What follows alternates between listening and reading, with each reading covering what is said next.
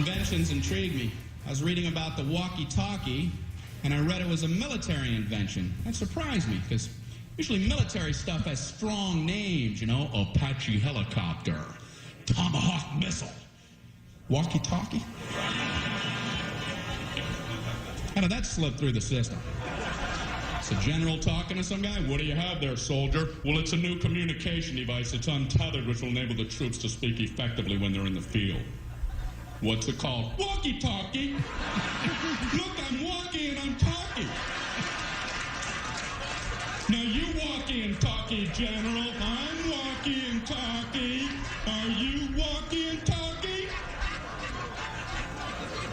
I like it, soldier. What's this explosive device? The whammy kablam. And this is the Rudy Tooty aim and shoot. The walkie-talkie is a premise that every comic does in probably year one, right? I know I did. But Brian Regan is the guy who fleshed it out and made it great. Every comic's got a walkie-talkie joke. But that guy. I think he's coming in December. He is, December the 8th, I believe. There you go. Yep. Brian Regan, the great. And I think he's doing MGM Northfield Park on December the 8th. And I think that those tickets are on sale. I'm going to be out of town. Oh. I'm going to be in Virginia with Chad Daniels. Telling jokes. Is Kelsey going to be there?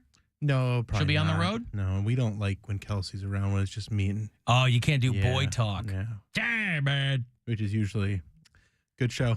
See you later. Uh-huh. No, we hang out. Hey, well done. Good job. So, yeah. Hey, they are announcing they're kind of letting these out in dribs and drabs, but I'm always interested. I always like to hear, in addition to the people who will be inducted into the Rock and Roll Hall of Fame, they will kind of drip out who the performers will be and who the presenters will be, the people who will be inducting people into the Rock and Roll Hall of Fame. Adam Levine is going to be. Now, this is not in Cleveland. This year, it's going to be in Brooklyn. I think next year, it's back in Cleveland, right? Last one was 2021. And so they did it in L.A. last year. They'll do it at the Barclays Center this year. It's November the 3rd. It's coming up. That's next Friday. Yeah. And they're doing it on a Friday, not a Saturday? Friday night. That's weird. Oh, probably because of scheduling. Probably a Nets game on Saturday. It will stream live on Disney Plus. What is life anymore? All right. Well, because it's ABC runs it. It's all the same company. So Adam Levine, Carrie Underwood, Common, Ice-T, Miguel. Who is Miguel? R&B singer. R&B singer, okay. And Queen Latifah. And Sia. Yep. And then LL Cool LJ. LL Cool J Cool J. LLJ Cool J. Mm-hmm. He'll be there too. LLJ Cool J. LLJ Cool J, who of course was inducted into the Rock Hall in 2020. I believe that was the last time we went. Was when LLJ Cool J got it. LLJ Cool J. Yeah. So those are just some of the people who... Oh, and Stevie Nicks is going to be there, too. She's gorgeous. Look at her. Oh, no. I forgot I had this. I didn't. You're like a right-winger. Keep thinking the election's stolen. Ooh, ooh, ooh. No? You're like a right-winger. Keep thinking the election's stolen. Like a right wing. Now, I don't know if she will perform a version of this song. I don't know if she'll do the Poundcake remix at the Rock and Roll Hall of Fame. They've already announced that Brandi Carlile, Dave Matthews, Elton John, her, Chris Stapleton, St. Vincent, Schwing, and New Edition will all be appearing at the ceremony. The 38th class, the Rock and Roll Hall of Fame induction. Willie Nelson is getting in, Missy Elliott. Please don't let Willie Nelson die in the next 10 days. Would he be a quitter? I'm sorry? Well, no, he's not 99 years old, but the guy's hung on so long, I would hate for something to happen to Willie Nelson, a week and change before he goes into the Rock and Roll Hall of Fame. Missy Elliott, Sheryl Crow, Kate Bush, George Michael, Rage Against the Machine. I forgot they were getting in. And the Spinners. And Chaka Khan is getting in. I wonder if she'll do her Poundcake Good class. version. That's a good class. It's a really good class. So many of these people getting in, you can't ignore the fact that there is some connective tissue between Poundcake and some of these Rock Hall inductees. I won't simply chalk it up to coincidence. That would be lazy. I'm going to call it fate. That's what he'd call it.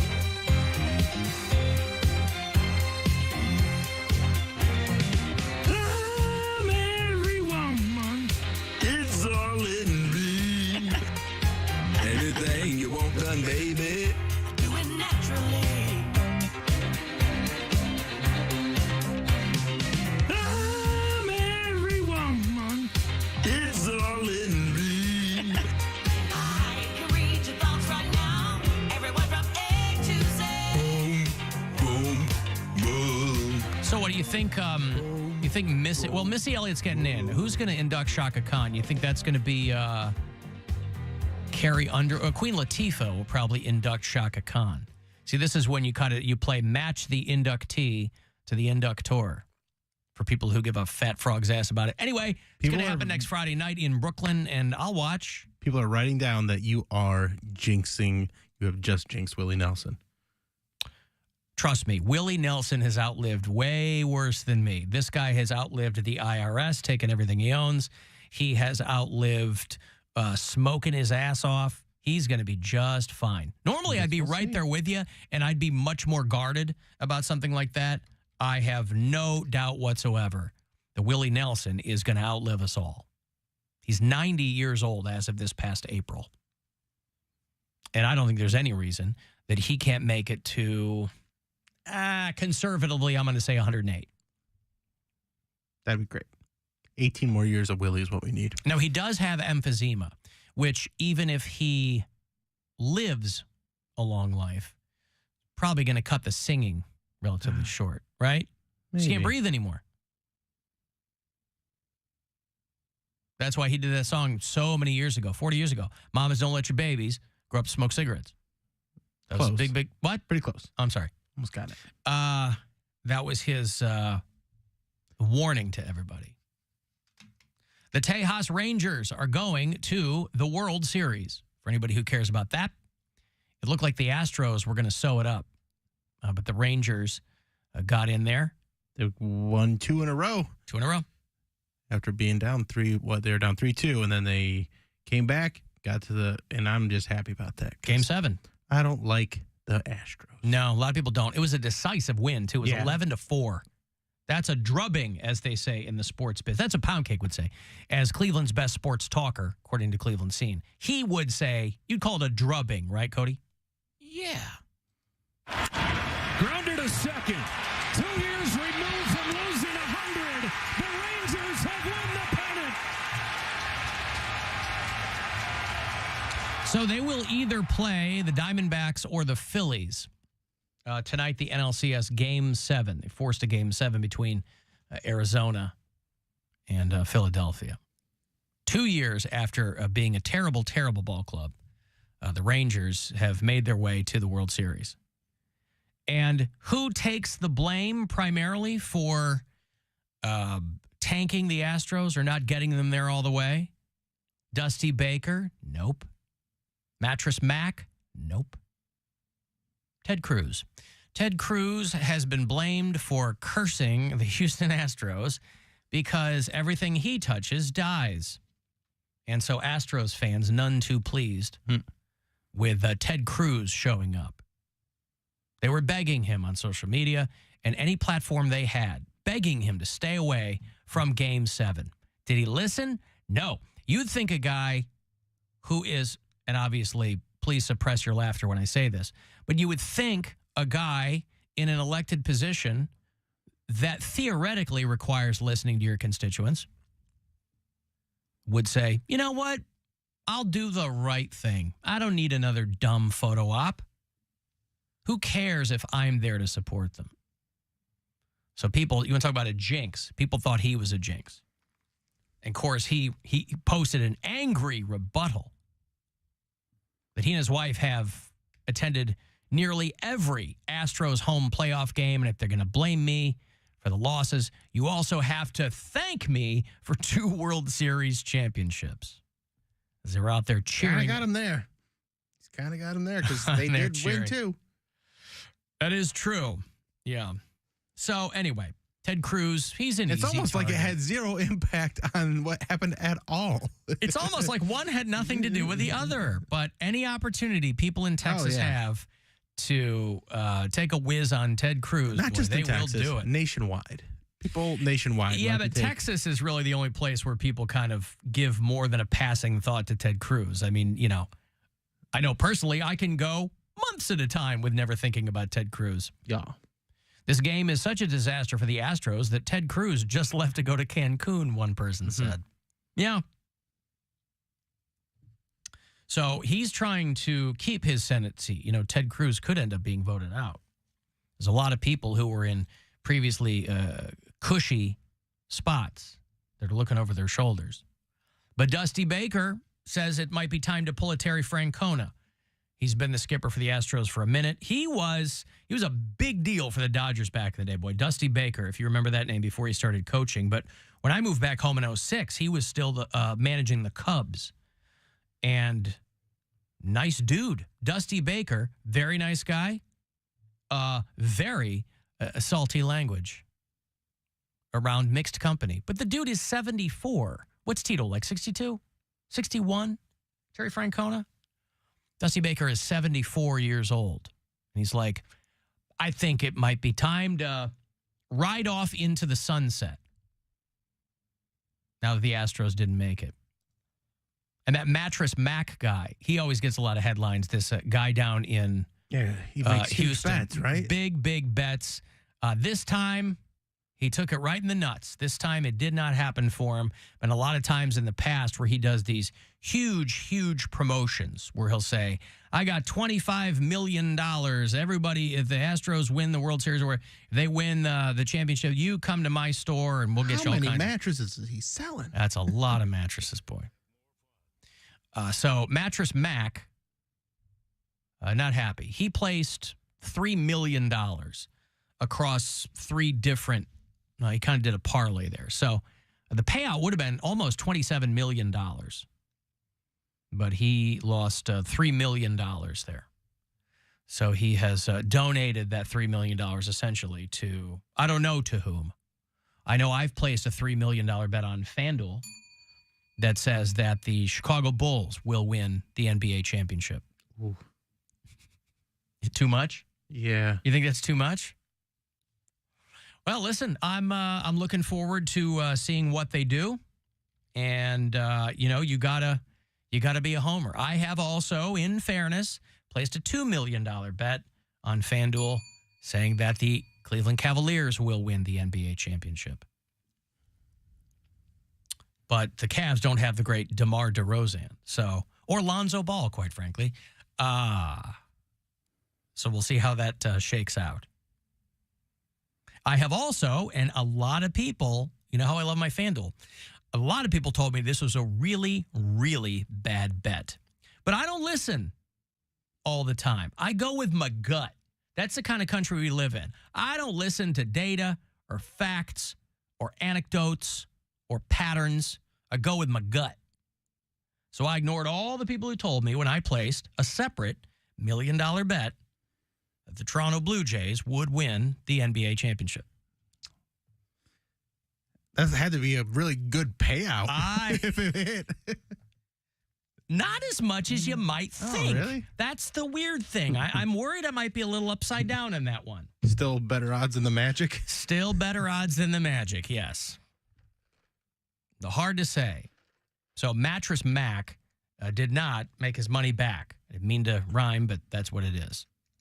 Here in Ohio, on a day like today where it's 73, 72 degrees, and you're out there, again, I took a pre-show lap outside. It was great.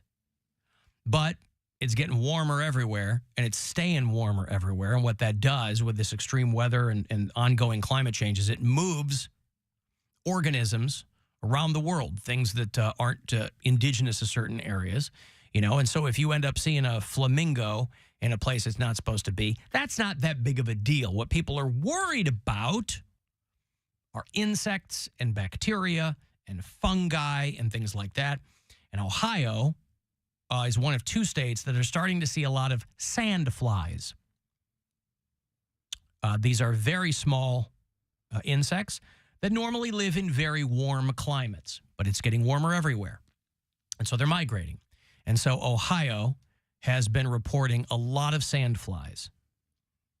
And if you get bitten by one, they're rarely fatal, but they're really, really painful. And you end up with like a big red thing at the bite site that basically presents like a little volcano. You get a bump that keeps erupting into sores for days and weeks. Google some of this and put it up on so I can put it up on the screen, because these are. Yeah. If you're watching, be ready, because these are. I'm going to close out the screen real quick. Yeah, sandfly you are bites. part of the show. This is your job to look at it. There's some sandfly bites. I mean, again, they say these are not.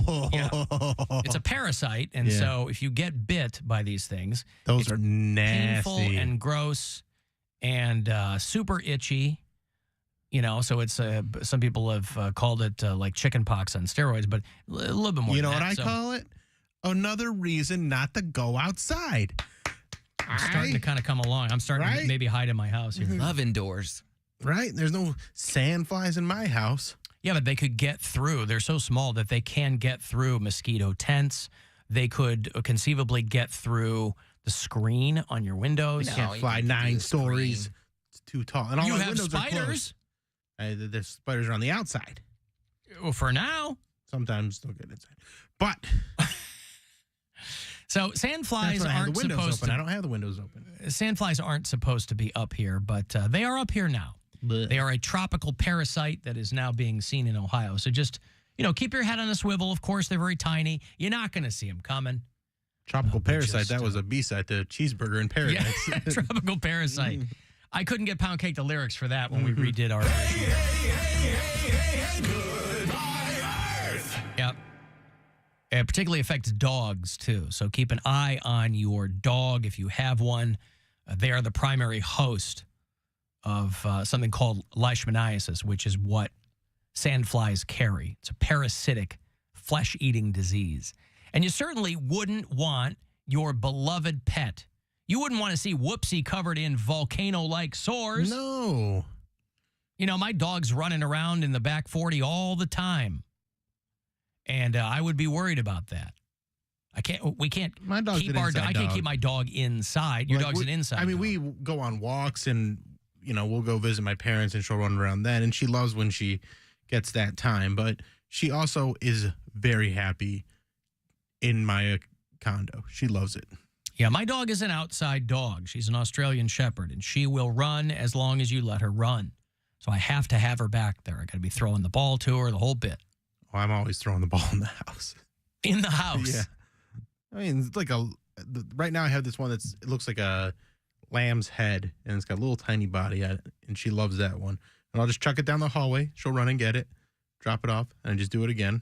And I just do that pretty much all night until she gets tired. Do you ever take her to a dog park? I have. She doesn't like other dogs, so. Oh, she gives him the skunk eye, barks at him when you. She didn't bark. She just tries to hide behind me. I see.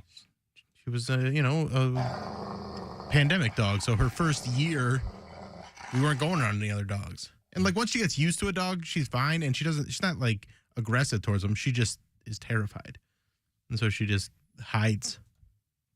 Alan, I was bitten by a sandfly in New Zealand. Incredibly painful. Took weeks to heal. Well, they're here in Ohio. You got to go to New Zealand.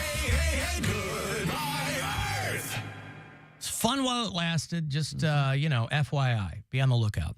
I got a break here. I'll have... You want to go see Ancient Aliens live? You like that show over on the History Channel? They are doing a tour